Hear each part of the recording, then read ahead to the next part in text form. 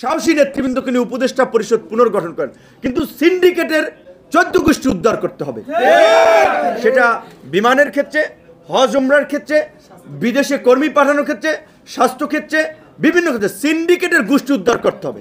আজকে আমরা সরকারকে বলতে চাই, আগামী 24 ঘন্টা বিমান পর্যটক মন্ত্রীকে বলতে চাই, 24 ঘন্টার ভিতরে আমাদের এই টিকিট যদি সিন্ডিকেট ভাঙা না হয়, আমরা আগামী 2-1 দিনের ভিতরে ইনশাআল্লাহ আমরা সচিবালয় ঘেরাও করতে বাধ্য হব।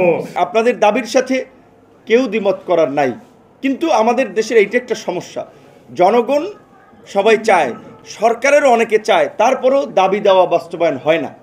যেমন ব্যবসা করার অনেক রাস্তা আছে, ব্যবসা করার অনেক খাত আছে, এইখান থেকে সরকারের ব্যবসা না করলেও হয়।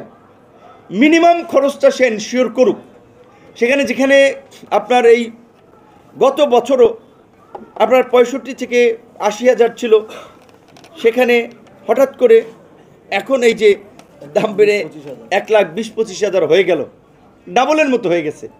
ধর্ম উপদেষ্টা তো আপনাদের মানে লাইনের লোক,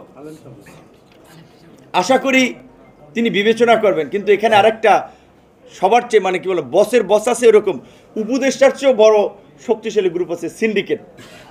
ওইখান থেকে সত্যি কমিশন সবাই অনেকে খায়, অনেক লেভেলে খায়, একেবারে আপনার মন্ত্রণালয়ের পিয়ন থেকে শুরু করে সচিব পর্যন্ত। রাজনৈতিক সরকার আমলে মন্ত্রীরাও পাইতো, এখন এই উপদেষ্টা পায় কিনা আমি জানি না, উপদেষ্টা নেওয়ার কথা না, কিন্তু উপদেষ্টারা না নিলেও তার আশপাশে যারা আছে তারা কমিশন ছাড়বে না। এই যে নব্য জমিদার, এই চোরেরা এই টাকার কমিশন নেয়।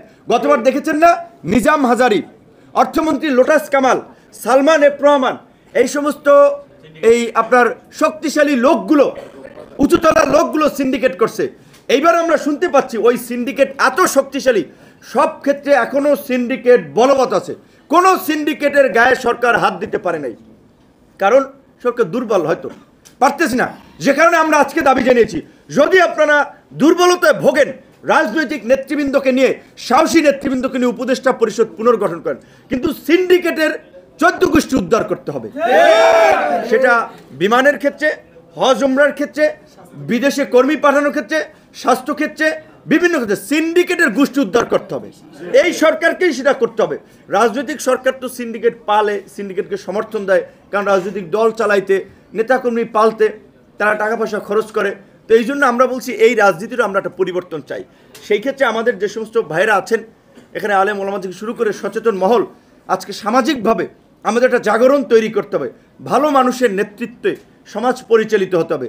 চোর, বদমাইশ, গুন্ডা, দুর্বৃত্ত, মাফিয়া, চাঁদাবাজ, দখলদারদের নেতৃত্বে এই সমাজে আর চলতে দেওয়া যাবে না।